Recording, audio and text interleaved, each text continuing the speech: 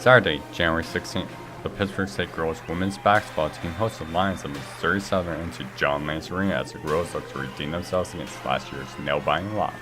The Lions starting out the game working around the girls' zone with some ball movement as Drew Clark kicks it out to Deb Holmkopf for the deep 2.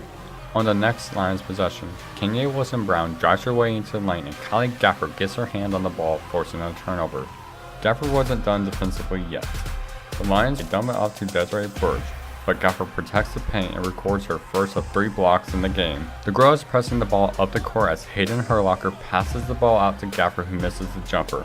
But the ball gets tipped out to Michaela Burgess, who drives into the lane and gives the Gorillas his first day of the day. Burgess drives to the basket and misses the layup as Jensen Maydew picks up the rebound and gives it off to Wilson Brown, pressing the tempo and dumping it off to Sheree Jones for the layup, cutting into the Gorillas' lead 2-1. The action is starting to get intense early in the second as Burge finds herself in the thick of trees, kicking it out to Clark, who drains the 3, tying the game up. Herlocker at top of the key drops it out to Gaffer, who tips it right out to Burgess, who drains the 3 ball. The girl is holding on to a 3-point lead midway through the second, but that's when the girls went to work and started to extend their lead. Burgess with the crossover attacks the basket and finishes off the glass. Pitt State starts scoring on terror in the third quarter with a 20-4 run, with the run beginning with a Kathy Brugman 3 ball deep in the corner off a pass from Paige Lumwitz.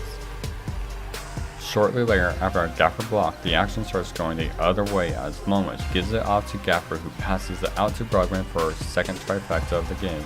The lead is now 10. The lead will find its way up to 14 as Gaffer with the pump fake gets Maydew to fall for it and Gaffer will finish. With the time winding down in the third, the freshman Shelby Lopez pushes it up to 20 with a triple as she will finish the game with 5 points. With an 18-point advantage in the fourth, the girls make a 21-point lead as Burgess gets the string from Gafford and pops it from deep. After shooting 18% in the third quarter, the Lions find its first field goal in over 10 minutes of play as Jones snaps the drought with the layup. But it is the girls from there on, as Herlocker drives and finds a wide-open Burgess, who will make her third trifecta of the game, as the lead will climb up to 24. Late in the game, Paige Imhoff drives to the basket, makes a pretty fake, and finishes the layup with ease, giving the girls its largest lead of the game at 29 points. Pitt State dominates the Lions by the score of 68-45 with the help of a season-high 11 steals. The girls improved to 13-4 on the season and 7-4 in MIAA play. The girls were red hot in the second half as they shoot an outstanding 76.2% from the field.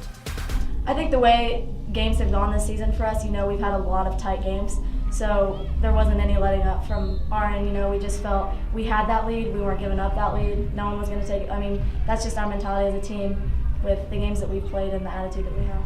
4 girls finished in double figures in the game as Burgess led the way with 21, while Gafford, Brugman, and Herlocker each contributed 11 in the win.